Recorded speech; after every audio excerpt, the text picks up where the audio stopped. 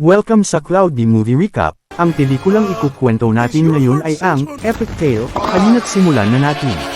Si Patty ay isang mapangahas na munting daga na nakatira sa Ios, Greece. Ang pinakamalaki niyang pangarap ay makaranas ng isang dakilang pakikipagsapalaran at maging isang bayani tulad ni Jason. Sa palengke ng lungsod, isang grupo ng mga daga ang nagtutulungan upang magnakaw ng pagkaing nakadisplay sa mga pwesto at nagagawang makuha ang mga ito ng hindi namamalayan ng mga tindera. Matapos makuha ang pagkain, bumabalik ang mga daga sa imburnal kung saan naninirahan ang isang malaking komunidad ng mga daga. Namangha si Patty sa husay ng mga ito, at ang kanyang matalik na kaibigan na si Luigi ay nangangarap namang maging isang ninja tulad nila. Sa klase ni Miss Mites, nagkaroon ng pagkakataon si Patty na ipakita ang kanyang kaalaman tungkol sa kwento ni Jason. Ibinahagi niya na ang barkong ginamit ng kanyang paboritong bayani sa pakikipagsapalaran ay tinatawag na Argo at kasalukuyang nakadisplay sa Port Museum. Sina Hera at Athena ang tumulong sa pagbuo ng sasakyang dagat, at sinabi ni Patty na sasakay siya sa isang barkong tulad nito kapag siya ay nagsimula na sa sarili niyang pakikipagsapalaran. Nang marinig ito, nagtawanan at kinutya siya ng kanyang mga kaklase, ngunit pinatigil sila ni Miss Mites at sinabing nagbibiro lamang si Patty. Pagdating ng mga magulang upang sunduin ang mga bata, nakilala ni Patty ang kanyang ampon na ama, isang ang nagngangalang Sam. Habang kinakausap ni Sam si Miss Mites tungkol sa ugali ng kanyang anak, muling narinig ni Patty ang panunuya ng isa sa kanyang mga kaklase kaya nagpa siya siyang kumilos. Mabilis siyang bumaba sa isang lubod at naglakad sa mga lansangan hanggang marating niya ang pantalan. Doon ay naghanap siya ng paraan upang makasakay sa barko. Sa sandaling iyon, hinahanap siya ni Sam at nawala ng pag-asa nang makita niyang ginagamit ni Patty ang isang kahoy na sandok bilang tirador upang ihagis ang sarili papunta sa barko. Ngunit hindi nagtagumpay ang kanyang plano at nahulog siya sa dagat. Determinado na iligtas ang kanyang anak, tumalon si Sam sa tubig at sumisid upang iligtas siya. Pag-uwi nila, napag-alitan si Patty at sinabi ni Sam na ang mga tao lamang ang maaaring maging bayani dahil sila ay malalaki at malalakas. Hindi tulad ni Jason, si Patty ay isa lamang munting daga at maaaring mawala ng buhay kung ipagpapatuloy niya ang pagiging bayani. Sa kabila nito, determinado pa rin si Patty na makaranas ng isang dakilang pakikipagsapalaran. Sinubukan ni Sam na gayahin ang paglalayag sa dagat, ngunit hindi na sapat ang mga larong iyon para kay Patty. Kaya nagkaroon siya ng bagong ideya at iminungkahi na gumawa sila ng isang teatro upang maisadulan ni Patty ang lahat ng pakikipagsapalaran ng kanyang paboritong bayani. Sa araw ding iyon, magbubunyag ng isang bagong estatwa sa lungsod at si Jason ay magsasalita sa harap ng lahat. Nang makita ni Patty ang kaibigan niyang si Luigi, binigyan siya nito ng isang tiket upang makasali sa isang bunutan kung saan ang mananalo ay makakakuha ng paglalakbay patungong Alexandria. Sa tingin ni Sam ay masamang ideya ito dahil mapanganib ang pagtawid sa karagatan, ngunit pinayagan pa rin niya si Patty nang malaman niyang isa lamang sa 1,000 ang tsansa nitong manalo. Kinahapunan, nagtipon ang buong lungsod sa Central Square upang pakinggan ang talumpati ng bayani na si Jason, na ngayon ay matanda na dahil mahigit 80 taon na ang lumipas mula nang siya ay bumalik dala ang Golden Fleece na nagpoprotekta sa Ios. Sa ikinalungkot ni Sam, napili ang numero ng tiket ni Patty.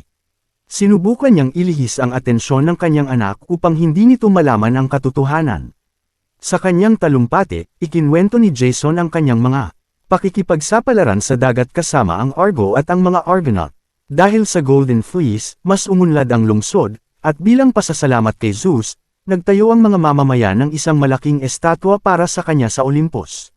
Tuwang-tuwa si Zeus at ginamit ang estatwa bilang dahilan upang asarin si Poseidon, na hindi matanggap na mas popular si Zeus sa mga tao kaysa sa kanya. Biglang lumitaw si Poseidon na galit at sinubukang pumasok sa lungsod, ngunit hinarang siya ng enerhiyang nilikha ng Golden Fleece. Kaya sinubukan niyang kunin ang artifact at itinapon ito sa dagat.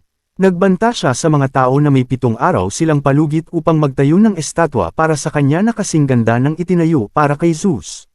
Kapag nabigo sila, magpapadala siya ng dambuhalang alon upang wasakin ang Diyos at burahin ito sa ibabaw ng mundo.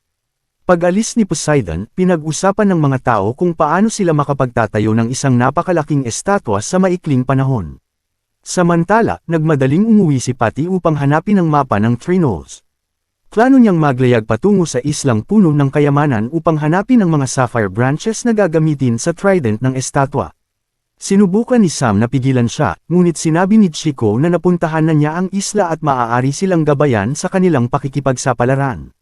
Samantala, tinipon ni Jason ang lahat ng naninirahan sa Yos upang tumulong sa pagtatayo ng estatwa sa loob ng 7 araw. Nang makita niya ang mapa na sinadyang iwan ni Sam sa kanyang mesa, nagpa siya ang matanda na maglayag sakay ng Argo upang hanapin ang mga sapphire branches. Ang problema lamang ay wala na ang mga Argonaut na kasama niya sa huling pakikipagsapalaran, kaya kailangan niyang maghanap ng bagong tripulante. Determinado na tumulong, nagmadali si Patty sa museo at kinuha ang huling natitirang ngipin ng dragon ni Cadmos, na may kapangyarihang magbigay buhay sa isang hukbo ng mga mandirigma. Ngunit nabigo ang kanyang plano at ang nagawa lamang niya ay magtipon ng mga sinaunang kalansay na halos hindi na makagalaw. Nang matuklasan ni Chios na marunong magpatakbo ng barko si Patty, inimbitahan niya itong sumama sa kanilang paglalakbay at humingi ng tulong upang marating ang isla ng Trinocus. Ayaw sanang payagan ni Sam ang kanyang anak na mag-isa, kaya nagpa siya siyang sumama upang masigurong ligtas si Patty. Sa simula ng paglalakbay, napansin ng Sigol ang paparating na malaking bagyo at nakaramdam ng hilo.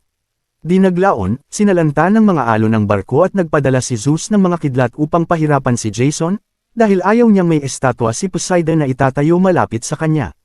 Ngunit nang dumating ang kanyang asawa, napagalitan siya at biglang naglaho ang bagyo. Sa sandaling iyon, isang sanggol na kraken na ipinadala ni Zeus ang sumulpat mula sa kailaliman ng dagat at agad na dinakip ang barko. Naghanda sina Jason at ang mga Argonaut na lumaban, ngunit gumanti ang halimaw at binasa ng likido ang barko habang pinaglaruan ito. Dahil dito, nagpa siya si Sam na umawit ng isang oyayi sa tainga ng sanggol na kraken hanggang ito ay makatulog at lumubog muli sa dagat, na iniwan ang barkong lubos na wasak. Galit na galit si Sam dahil muntik na silang mapahamak at nagpa siya siyang umuwi na lamang, sinabing sa unang pagkakataon ay bababa na sila ni Patty sa barko. Matapos mahulog sa putik ng kraken, natuklasan ni Patty na siya pala ang nanalo sa bunutan, ngunit kinain ng kanyang ama ang tiket. Dahil sa galit, nagpa siya siyang ipagpatuloy ang paglalakbay at ginamit ang punit na layag bilang parachute upang ipagpatuloy ang paglalayag na tinatangay ng hangin. Pagdating sa Syracuse, nagpa siya si Jason na ipaayos ang barko, at itinapon ni Patty si Sam pababa ng sasakyan dagat. Sinabi niyang doon na lamang magsimula ng bagong buhay ang pusa at ayaw na niya itong muling makita. Kinabukasan, matapos maayos ang barko, ipinagpatuloy ng tripulante ang misyon at naiwan si Sam. Sa gabi, habang natutulog ang matatanda, namataan ni Chios at Patty ang isla at muntik na nilang gisingin si Jason nang biglang lumitaw ang isang dambuhalang robot at nagsimulang maghagis ng mga bato sa barko. Agad na umakyat si Patty sa likod ng matanda at inikilos ang kanyang katawan upang baguhin ang direksyon ng barko. Ang plano niya ay magtago sa isang kuweba sa isla at tapusin ang misyon nang hindi tinatamaan ng mga bato ang barko. Ang susunod nilang layunin ay makahanap ng daanang patungo sa tuktok ng isla, ngunit napapalibutan ito ng malalaking makamandag na alakdan. Nang umalis ang robot, umalis din ang mga alakdan at ginaisang ni Patty ang natitirang tripulante. Samantala, nagdadalamati si Sam sa pag-alis ni Patty at labis na pinagsisisihan ang pagkasira ng tiwalang namamagitan sa kanila. Sa sandaling iyon, nakarinig siya ng mga daga at humingi ng tulong upang makarating sa trakto. Pumayag si Don Carmen na tulungan siya kapalit ng isang pabor, at tinanggap ito ni Sam. Habang ginagamit ni Jason at ng kanyang hukbo ang mapa upang hanapin ang nakatagong kayamanan sa isla, napansin ni Patty ang kagubatan na puno ng mga Cyclops na naging bato dahil sa sikat ng araw. Kasama si Chios, nagpatuloy siya sa paghahanap ng kayamanan, hindi alam na ang kanyang ama ay sumakay sa isang dolphin upang makarating sa isla. Sa daan, ibinunyag ni Creeper na may utang siyang pabor sa mga dagang tumulong sa kanya noon. Dahil pinalaya nila siya mula sa lambat ng mangingisda, nagsimulang mag-isip si Sam kung anong pabor ang kailangan niyang bayaran kay Don Carmen. Nang dumating si Jason sa lugar na itinuro ng mapa, napagtanto niyang wala na roon ang kayamanan at ang kanyang hukbo ay napalibutan ng isang grupo ng mga Cyclops. Matapos mahuli ang mga sundalo, isinilid sila ng mga nilalang sa isang napakalaking sako at balak silang lutuin para sa hapunan. Nang umalis ang mga Cyclops, nagpa siya si Patty na sundan sila dahil kumbinsido siyang sila ang kumuha ng mga sapphire branches.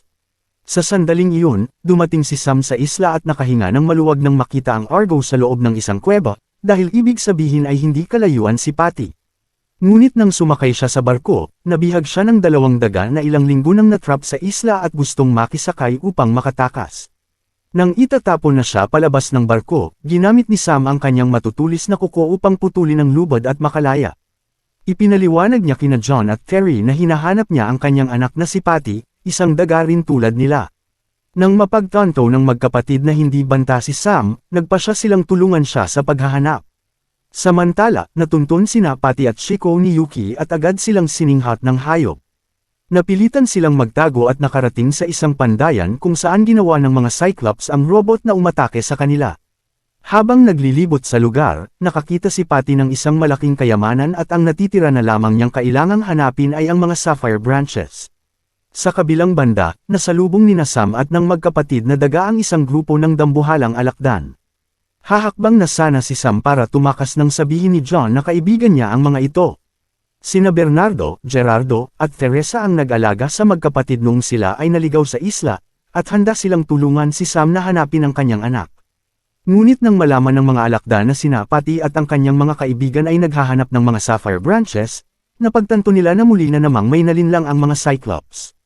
Ang totoo, gumagawa ang mga ito ng peking mga mapa ng kayamanan at ikinakalat sa dagat upang akitin ang mga tao patungong Tracto, kung saan sila ay kinakain pagdating pa lamang.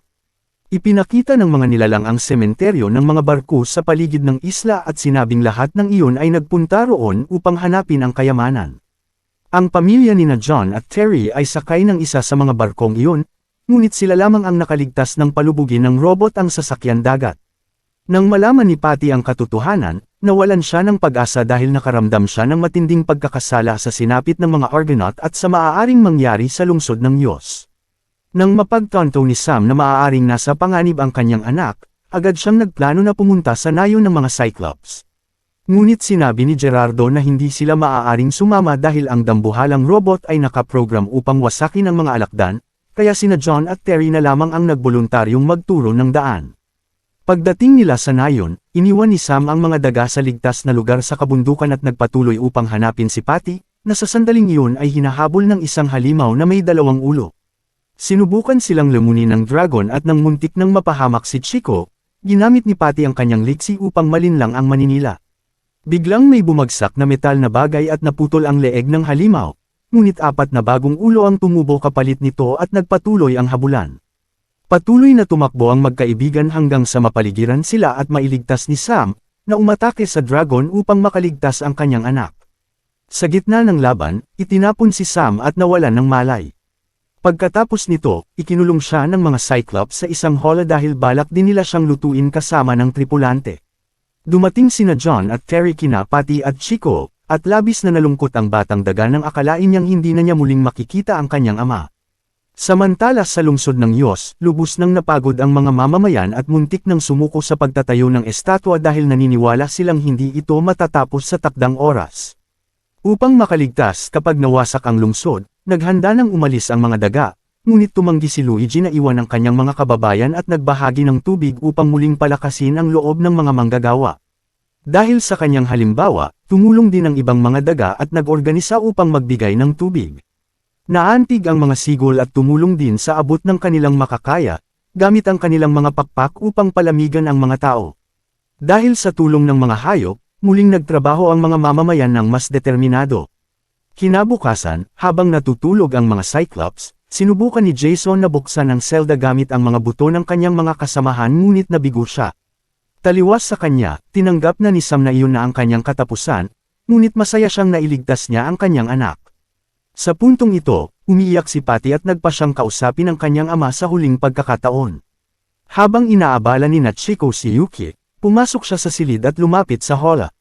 Sinabi ni Sam na wala siyang kasalanan sa nangyari at humingi ng tawad dahil pinigilan niya itong umalis sa Diyos dahil alam niyang isinilang si Patty upang maging isang manlalakbay. Habang nakikinig sa kanyang ama, nakaisip si Patty ng paraan upang palayain siya at nagtagumpay siyang buksan ang hola. Matapos magkaayos, sabay silang nakatakas at nagsimulang magplano si Patty kung paano palalayain si Jason. Nakalabas na ang lahat ng Argonaut mula sa selda, ngunit naiwan pa rin ang bayani. Kaya gumawa si Patty ng isang huwad na pakpak upang makalipad si Chico sa buong isla at sirain ang dambuhalang robot, habang siya at ang kanyang mga kaibigan ay naghahanap ng paraan upang makapasok sa pandayan ng mga Cyclops. Nang makita ni Yuki si Chico na lumilipad, ginamit niya ang lahat ng kanyang lakas upang makawala at hinabol ito, ngunit nailigaw siya ni Chico at naipit ang mga kalaban sa puno. Pagkatapos, pumasok ang ibon at ang magkapatid sa robot at muling inprograma ito upang maglaro ng piku-piku. Sa tulong ng mga alakdan, nagawang talunin nina pati at Sam ang mga dragon at ginamit ng grupo ang kayamanan ng mga Cyclops upang likhain ang trident na ilalagay sa estatwa ni Poseidon. Palubog na ang araw nang matapos ang trident, at naisip ni Patty na pasabugan ang pandayan upang iligaw ang mga Cyclops habang sila ay tumatakas. Nang magising si Grumos, pinaandar niya ang alarma at ipinadala ang mga taga-nayon laban sa mga alakdan. Napagtanto ng mga Argonaut na wala na ang mga halimaw at dinala nila ang hola ni Jason pabalik sa barko. Matapos ang habulan, napalibutan ang mga alakdan at hinikayat ni Patty ang mga ito na lumaban, ngunit nahuli rin sila. Sa tamang oras, dumating ang dambuhalang robot at, sa utos ni Chico, inatake nito ang sariling mga lumikha. Tinapakan ng robot ang mga Cyclops at nagtakbuhan ang mga ito sa takot.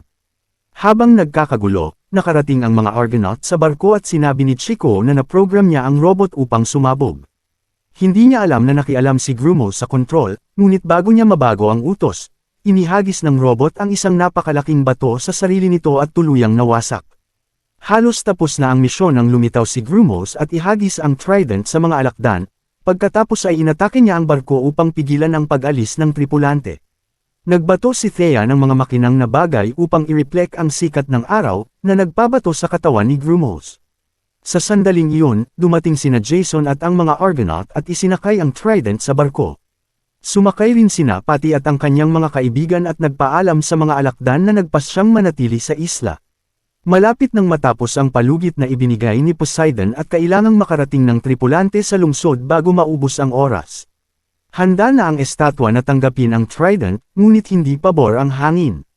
Sa pag-aakalang hindi sila aabot sa oras, nagluksa ang mga Diyos ng Olympus para sa pagkawasak ng Diyos. Ngunit sa utos ni Hera, nagpadala si Zeus ng malakas na hangin upang mabilis na dalhin ang barko sa lungsod.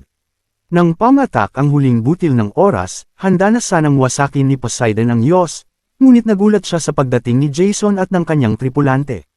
Nang makita ang magandang hiyas na kumakatawan sa kanyang trident, pinuri niya ang ginawa ng mga tao at ibinalik ang Golden Fleece sa Diyos bago bumalik sa Olympus. Nagdiwang ang mga mamamayan at muling tinanggap si Jason bilang bayani. Mainit ding sinalubong si Patty at ang kanyang mga kaibigan, at binati niya si Luigi sa wakas na pagkapanalo ng kanyang pwesto sa koponan ng mga ninja na daga. Nang gabing iyon, nanalo si Patty ng tiket patungong Alexandria at napagtanto niyang iyon ang paraan ni Sam upang itama ang kanyang mga pagkakamali. Habang pinapanood ng lahat ang dulang inihanda ni Sam tungkol sa pakikipagsapalaran ni Patty at ng mga Argonaut, napagtanto ng munting daga na natupad na niya ang kanyang pinakamalaking pangarap. Kahit hindi alam ng mga tao ang tunay na kwento ng Trident, alam ni Patty sa kanyang sarili na siya ay bumalik mula sa misyon bilang bayani na matagal na niyang pinangarap na maging.